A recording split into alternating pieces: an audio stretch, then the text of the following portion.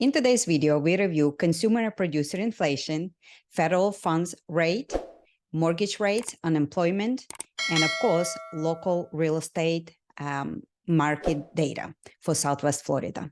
All right, my name is Anna Eckstein, MVP Realty, Naples Ultimate Luxury Group. Stay tuned. So let's take a look. First chart, we're looking at CPI, Consumer Price Index, and Consumer Price Index rose to 3.7% in the month of August, and this is from the low reading of 3.2% from the July, and also it's above market forecast of 3.6%, and due, of course, to the oil pricing being going up for several months now, and now with oil is over $90 a barrel. So there's no kind of surprise on that. The reason why the CPI numbers continue going up. The core inflation, that's something that's been really sticky. You can see the chart below. There's not much being made progress on that. And that's excluding volatile items such as food and energy. The core CPI fell to 4.3% in the month of August, and it's the lowest since September 2021. And previous months, you can see it's 4.7%. So let's take a look at this. I'm not going to spend too much time. So if you do like to pause and compare the items month over month, how much they've been going up or down, you can pause and you can take a look. But you can see the gasoline, you can see it's up in August, unfortunately, to 10.5% from the previous month in July was 0.3%. So you can see how significant that to the oil pricing going up. You can see how those numbers changing. And you can see really in like March, April, we were actually in March, we were actually negative. So again, if you like, please pause and take a look. So moving forward, we now compare the numbers for the producer price index. As you know, the producer price index, if things more expensive to produce, of course, eventually that producer inflation will spill over to the consumer inflation. And the producer price inflation in the United States accelerate to 1.6% year over year in August, and well above market forecast of 1.2%. So core producer price index is very similar the way how we describe in the core consumer price. It's excluding volatile items such as food and energy, and that rose to 2.4% from a year early in August. So that's been going up as well. So as we know, the Federal Reserve on September 20th, they had a meeting, and that was a decision rate for their federal fund rate, which is currently at 5.5%. And they decided to stay with the rate. So there was no rate increase at the last meeting. But the reason why I wanted to share with you this table, because what is important to understand that prediction of federal fund rate of from 2023. So they decided maybe it will be another rate increase this year. And prediction of federal fund rate will be 5.6% for 2023. But take a look in 2024, the prediction is 5.1%. And the reason why I like to share with you this table, because look, in the June prediction, this is where they had a previous meeting. They predicting that in 2024, our federal fund rate will be 4.6%. But you can see that been significantly increased to 5.1% this meeting for 2024 prediction of federal fund rate. It's stay higher for longer is definitely look like the mission of Federal Reserve. What they mean to all of us, in my opinion, it's not a good news at all, because it looked like those rates will be staying in 2024. There's hardly no cuts at all for the 2024. What that means is, if you watch my channel, we talk about the commercial real estate, a huge refinance flow will be going into 2024, 2025 of those commercial buildings, because they don't have 30-year fixed rate. They have short terms fixed rates. So all of that needs to be refinanced, and that's will be a huge impact on our economy. And so something that we definitely would need to pay attention. And that's the reason why I'm sharing with you this table, so you kind of can see what the Federal Reserve intention for not only 2023, but moving forward to 2024. You can also see 2025. They prediction would be for the federal fund rate 3.9%, and 2026 would be 2.9 as of the last meeting, and longer run is 2.5%. So you can see that actually was the same as the June prediction. So they stay on the longer run didn't really change. So I know there's a lot of, like, you watch the news and they say, well, there will be soft landing. There will be, the economy is doing well, and, moving forward, there will be no landing or soft landing. Or, if you really start digging the data, and I always share with you on the channel the data about the manufacturing indexes and the other economic data, and you can really see, this is actually, I dig this chart of the New York Fed.org, and they actually predict that in 2024, right, there's the 60% the probability of U.S. recession. I mean, obviously, we'll see what happens. We don't have the crystal ball, but just wanted to share with you this chart, and you can see how high reading we have since the 80s. This is quite high, right? So moving forward, let's take a look the non-farm payroll and unemployment rate. So you can see the unemployment rate a little bit tick from 3.5 in July to 3.8. Still, it's very low unemployment rate. Historically, non-farm payroll, we did added 187,000 jobs in August of 2023. And we did actually had a revision to 157,000 in July. The jobs, you can see the charts below. The hourly average hour earning year per year is increased by 4.3%, and month over month, it rose by 8 cents. Or 0.2%. The initial jobless claims is still actually running quite low. We plumped by 20,000 to 201 on the week ending September 16. And it's actually below the market expectation. You can see the market expectation was 225,000. So continued jobless claims. We also decreased to 1,662,000 in a week ending the September 9. So let's talk about retail sales year per year and month per month. You can see that we increased a little bit in retail sales, 2.5% year over year in August of 2023, and that was increased 0.6% month of August.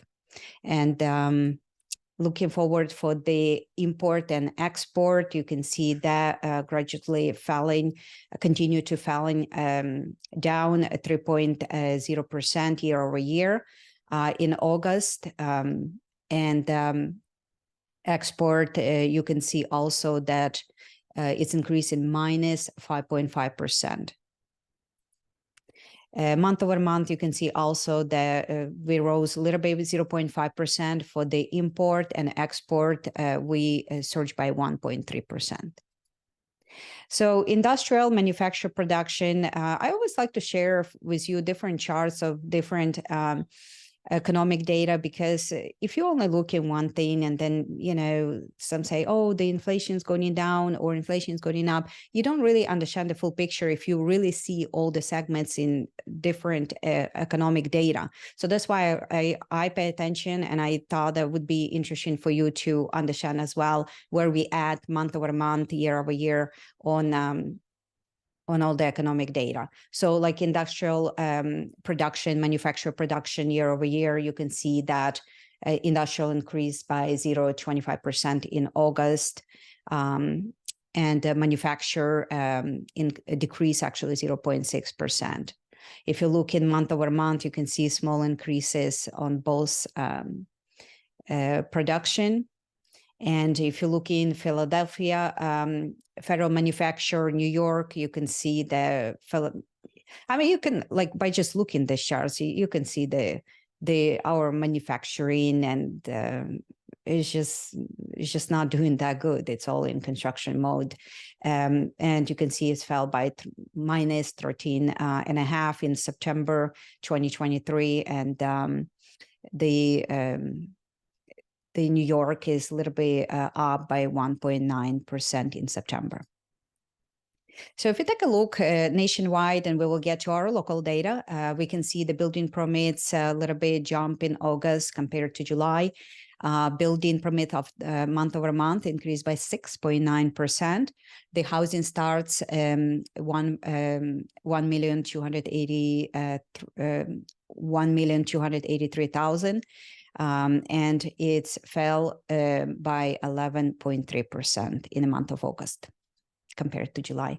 So existing home sales, you can see that we slightly going lower to 0.7% from the months earlier. And existing home sales month over month is decreased by 0.7%. Also, interesting chart that I found year over year by region. This is entire United States, and you can see on average the home sales receded to minus 16.6%. But you can see Northeast, it's the biggest drop up there. It's over the 23%. We consider to be on the South. So you can see we also have a drop of minus 14.3%. Two factors are driving current sales activity: inventory availability and mortgage rates. Unfortunately, both have been unfavorable to the buyers. And this is quote by chief economist from the NAR.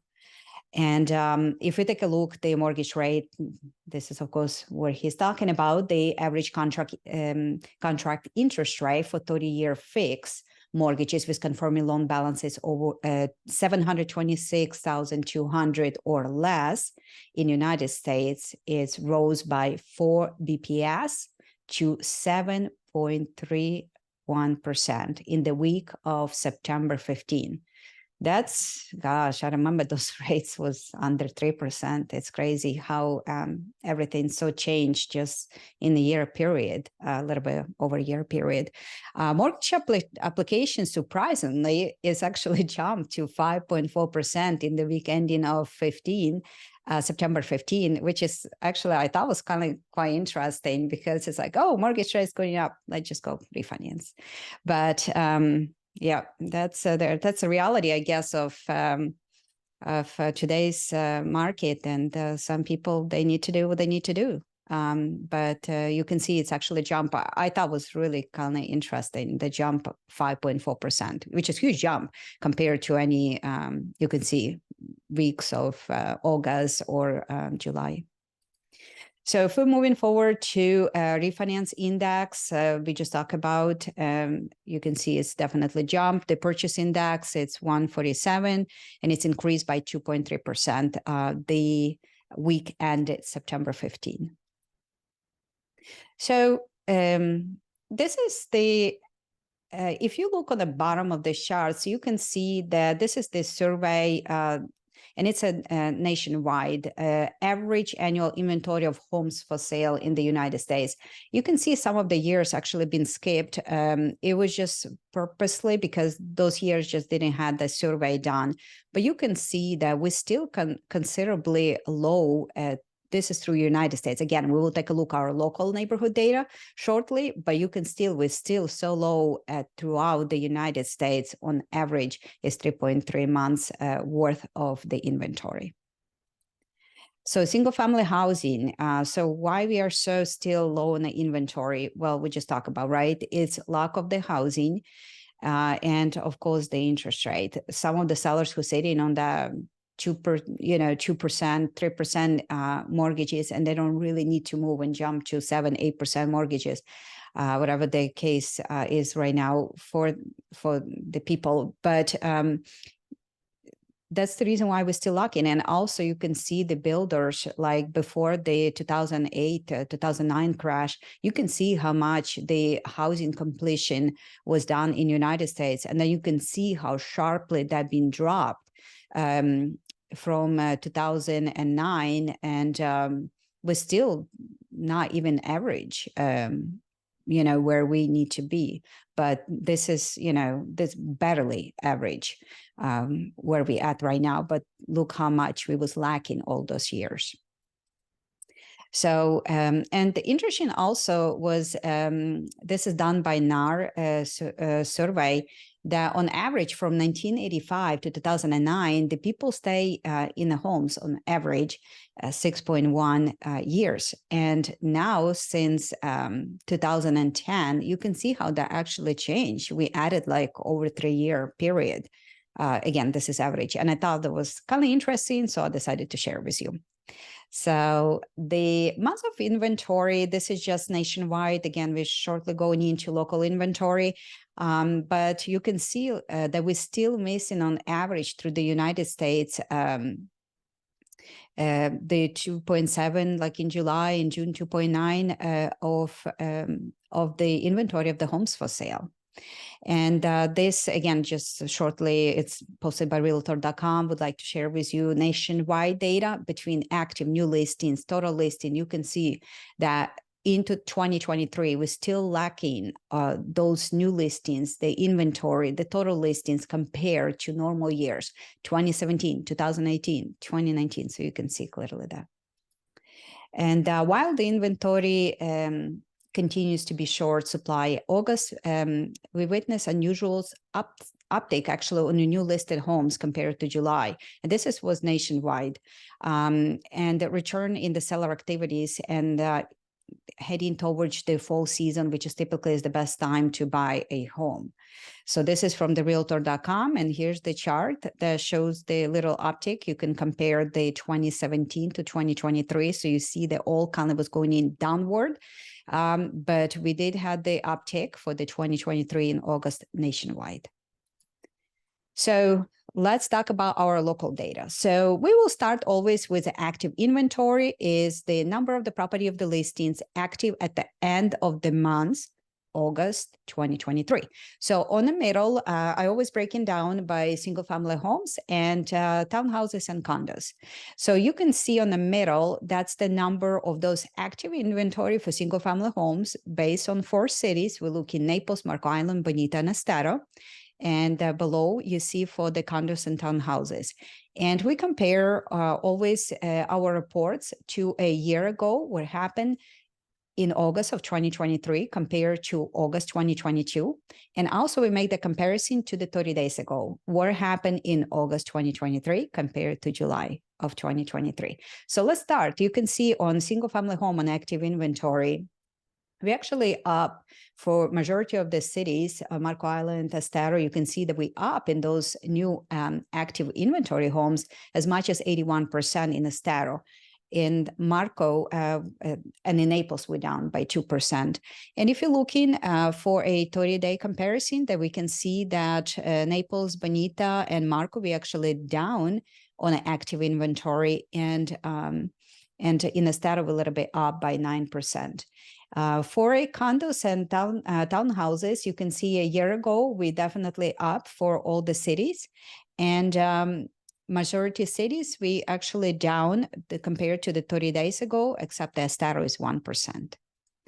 So if we take a look at new listings, that's number of properties put in the market during the months of August 2023. On the middle, again, you can see how many properties been added to the market. And if we compare to a single family homes to a year ago, you can see that pretty much a little bit up in Bonita and Estero, and we're down in 2 and 4% in Marco Island. And 30 days comparison, you can see that we actually down in Marco Island on new listings by actually 23%. We did gain 14% up in Naples. For the townhouses and condos, you can see that in August 2022, compared to that, we actually was up on the new listings in Naples, Marco Island, Bonita, slightly by 24%, down in Estero. And 30 days comparison, Naples and Marco Island is actually up as much as 31% and slightly down in Estero. So if we talk about the month supply of inventory, we've been talking about nationwide that we were still lacking of those on average was 3.3 months of inventory. Now we can compare it to our local data. And if you can see that in the single family homes in the Naples, we have 4 months of inventory, Marco Island 5.8. This is actually the highest. Bonita and Estero currently runs 3.1, 3.2. So very close for that. For the condos, you can see the Naples actually is 3.2 months of inventory. Marco Island is 6.2. So the Marco Island, it has both inventory months of inventory, the highest from all the cities in Southwest Florida, and Estero look like has the lowest. So that's just something interesting to take a look. So if we comparing to a year ago, we're all up as much as an Estero of 129%. Wow, that's pretty significant. And even in Estero, if you compare the 30 days, we're still up by 10% months of supply of the inventory. For the townhouses and condos, you can see the Marco Island is up as much as 107%. And if you compare for the 30 days, pretty much flat. Marco is down by 11%. So the next is showings per listing. That's your traffic, buyers traffic. It's how, so if you put the property and how many showings on average would happen in a month of August. And we're comparing to a year ago, and you can see the foot traffic is definitely down as much as 29% in Marco Island. And even if you look in 30 days, it's actually also down as much as 8% in Marco Island, and a little bit up in Bonita. So if we take a look condos, that you can see the foot traffic is down for majority of the cities, except the Marco Island is up by 27%. And 30 days comparison, you can see clearly that it's down all the cities across the board. The pending inventory, that's the how many properties in a month of August 2023 went pending. It could be pending with contingency, or it just what that means pending inventory is anything that we have a fully executed contract, regardless on contingency. If that would be mortgage contingency or that would be inspection contingency, it's all the properties that actually have the full executed contract. That's our pending inventory. And you can see on single family homes compared to a year ago, it's in Marco actually it's up as much as 59%, but in Estero it's actually down 44%. So that's quite interesting. And compared to the 30 days, you can see the Marco Island still up 52%, but the Estero is just not doing much on pending inventory for the single family home, not 30 days ago, not a year ago. So you can see that is down by 30%. For condos, you can see the Estero also down 29% compared to a year ago. Bonita is actually up by 18%.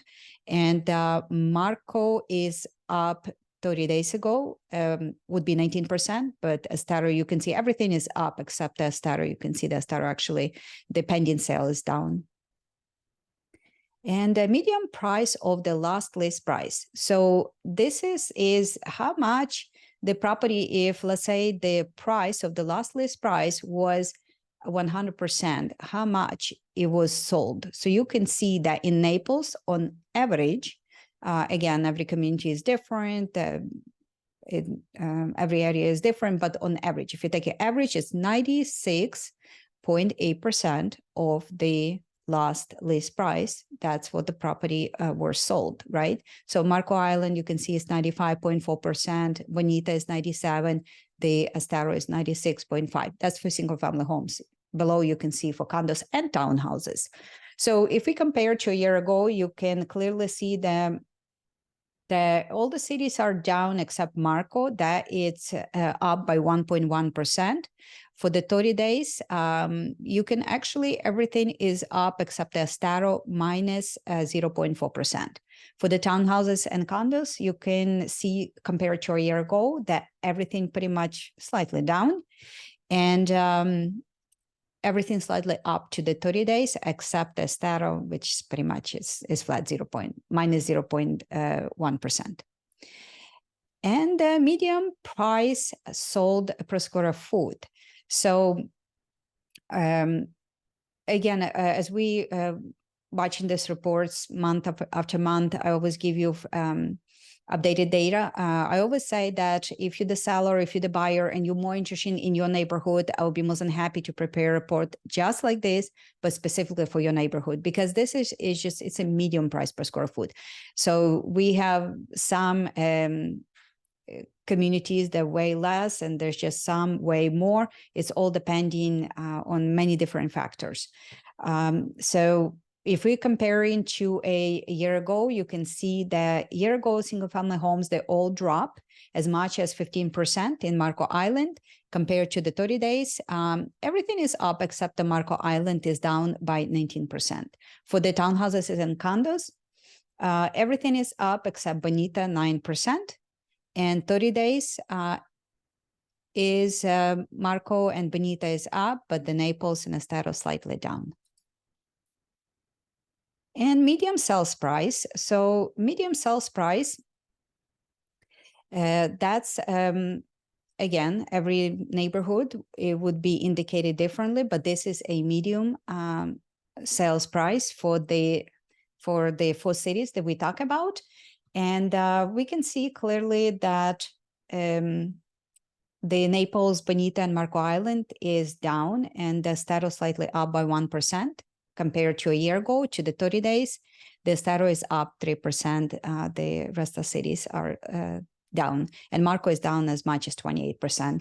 For the townhouses and condos, we can also see that Naples and Estero is up, but Marco and Bonita is down.